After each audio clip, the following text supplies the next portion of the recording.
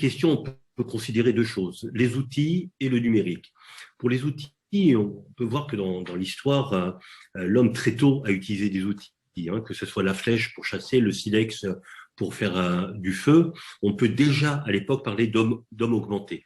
Quand on parle d'outils, on peut parler bien évidemment de l'écriture, de l'invention de l'écriture. On voit déjà cette réflexion qu'il y a à l'époque. Platon, dans le Phèdre, évoque cette nouveauté, en quelque sorte, en questionnant est-ce qu'elle va permettre d'inscrire la mémoire, de matérialiser la mémoire, de garder des souvenirs, ou au contraire, est-ce qu'elle risque d'atrophier la mémoire humaine.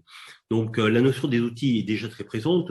Quand on parle d'outils, on peut parler bien évidemment de l'écriture, on peut parler du livre, on peut parler du pigeon voyageur en termes de communication. Et là, maintenant, on parle du numérique, mais le numérique est déjà omniprésent dans nos sociétés, que ce soit pour l'achat de biens, pour consulter Internet, dans nos véhicules, bien évidemment. Le numérique est omniprésent. Et la question, c'est qu'est-ce qu'on va en faire de ce numérique? Et ça pourrait, d'une part, totalement déshumaniser la relation pédagogique, ou au contraire, favoriser les échanges, favoriser la flexibilité. À quel moment je veux apprendre, revoir un cours, le regarder plutôt le soir, favoriser des échanges face aux différents outils. Donc, on voit bien que l'intérêt des outils numériques sera ce qu'on voudra en faire.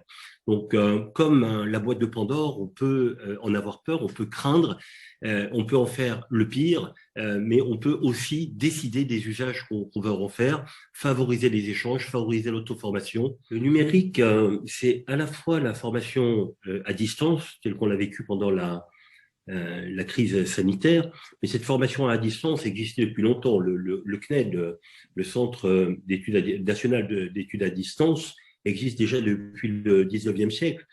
L'idée de la formation à distance était assistée par des parents. C'était des parents qui scolarisaient leurs enfants à domicile et donc on avait un accompagnement. Actuellement, on n'est pas sûr que les parents puissent accompagner. D'où la présence nécessaire des enseignants et des formateurs tout au long de la formation et pas uniquement pendant les moments synchrones.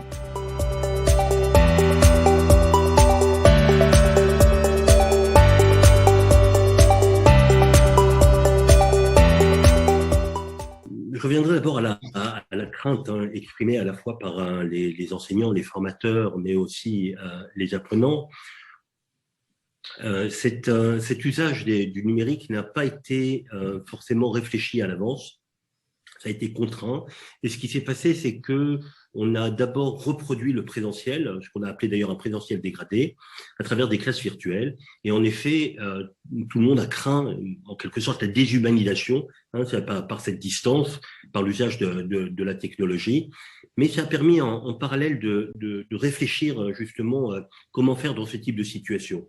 Et là, on a vu apparaître des innovations, des réflexions et des innovations concrètes dans la formation. D'abord, la première innovation a été de se centrer non pas sur la formation et donc sur le cours, sur le magistral, sur la transmission, mais plutôt sur les apprentissages, de se questionner sur comment favoriser les apprentissages.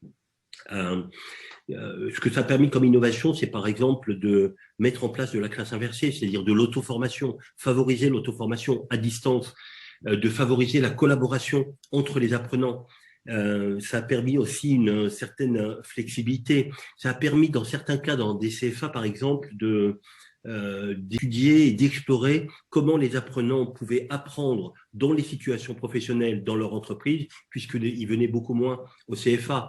Donc en effet, cette contrainte a permis ou a favorisé en tout cas une réflexion sur un changement profond qui se passe dans nos sociétés, avec l'usage du numérique, aussi profond que l'écriture ou l'invention de l'écriture. Et il me semble que là, actuellement, ces réflexions permettent en effet d'innover, de faire des choses en pédagogie qu'on n'aurait pas forcément réalisées sans cette crise sanitaire.